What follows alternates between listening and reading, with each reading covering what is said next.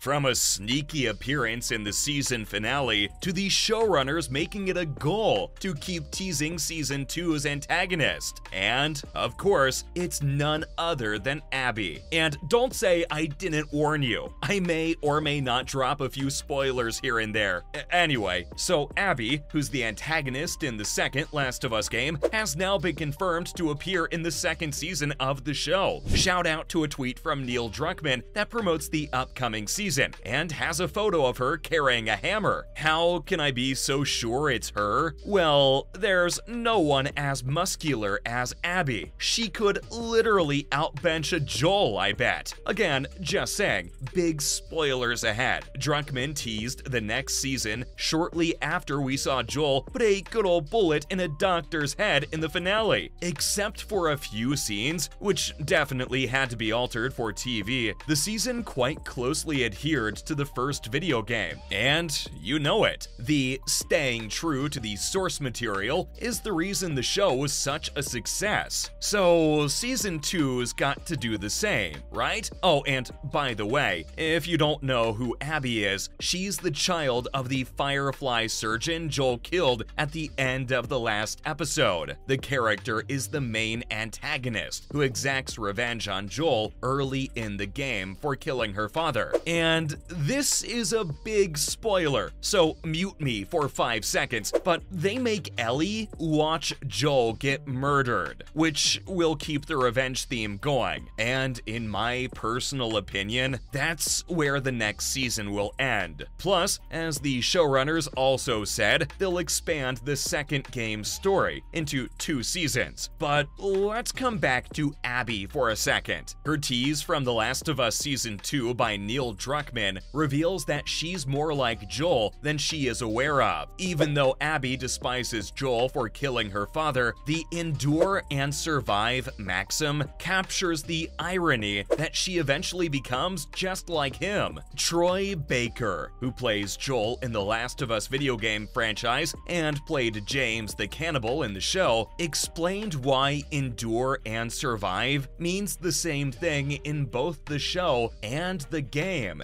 Joel brings up the comic book line, endure and survive, in The Last of Us Season 1, Episode 5, a line that Henry calls redundant. The significance of the comic book line, according to our original Joel, is that it symbolizes the loss of innocence. And this loss of innocence is embodied in Abby, just like it was in Joel in the first game. You know, after seeing his daughter's death, Joel loses his innocence and will stop at nothing to keep Ellie safe. Similar to how Abby loses her innocence after Joel murders her father, she will stop at nothing to finally take out the guy who robbed her of him. What's more, Abby's relationship with her buddy Lev is quite similar to Joel and Ellie's, and both characters experience some kind of redemption through their new families. Even if the relationships between Ellie and Abby will be more crucial for the series' future in many respects, The Last of Us Season 2 should focus on the similarities between the two, and both Craig and Neil have said that they plan on exploring hidden narratives. So that's a win, but why does this particular one need to be featured? Well, although Abby's introduced in the games as a villain,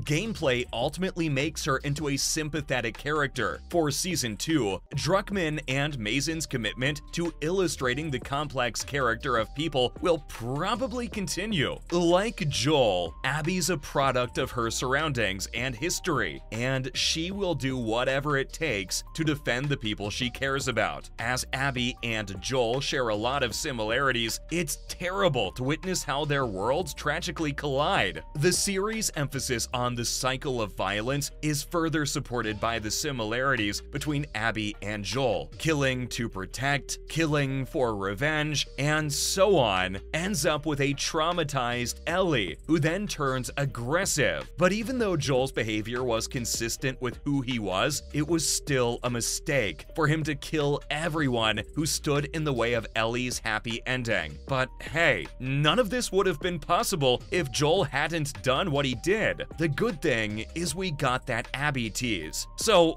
we know what to expect, don't we? Oh, you don't? Fans believe they saw Abby in the season finale. I honestly don't blame you. It's a blink and you miss it. Heck, even I missed it at first glance. But if you go back, the final moments had a mysterious stranger race into the hospital. No, I'm not talking about Joel, despite the fact that he cleaned the area like it was a Call of Duty map. Man really was trying to get a kill streak.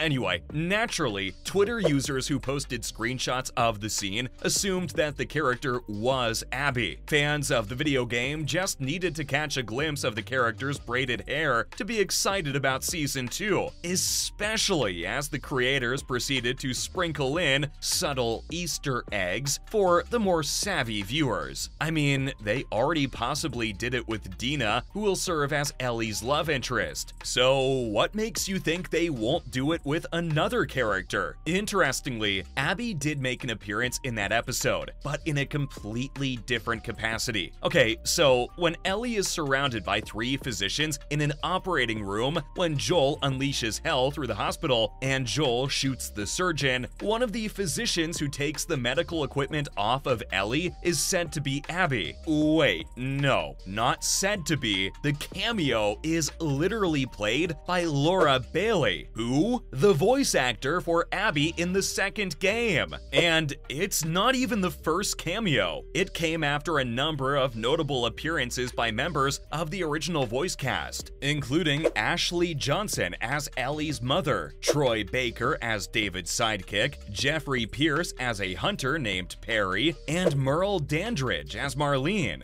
But anyway, co-showrunner Craig Mazin recalled showing Laura around the set, and out of the blue, asking her if she wanted to be a nurse. According to Craig, Laura started crying, but she wasn't the first, as all the people from the video games explain a similar feeling. It was as if they were inside an impossibly wonderful VR adaptation. But hey, who knows? Maybe she actually makes a comeback in the second season. Even Neil Druckmann jokingly told in an interview that because Laura was wearing a mask, they can make her pay anything they want. The creator of The Last of Us also hinted that the upcoming tale was going to be tied to the character she had played, with links to the same operation theater. But on the possibility that she may not play Abby due to lesser physical similarities, fans already have more than a few suggestions. Their only demand is to cast an actress who is ripped. If she isn't muscular, I don't want her. But don't pull a She-Hulk on us, HBO. Anyway, there were many names, even including Natalie Portman, but fans really went ahead in the "this is the way" direction. Yes, Katie O'Brien seems like the perfect cast. She appears just briefly in Season 2 of The Mandalorian, but she makes a significant appearance in Season 3, and we do get to see her arms. In fact, because of how noticeable her muscles are, fans of the show have already drawn an appropriate parallel. Yep, they're suggesting that O'Brien could and should portray Abby in The Last of Us Season 2. Having said that, that was all for the Abby teases from the showrunners.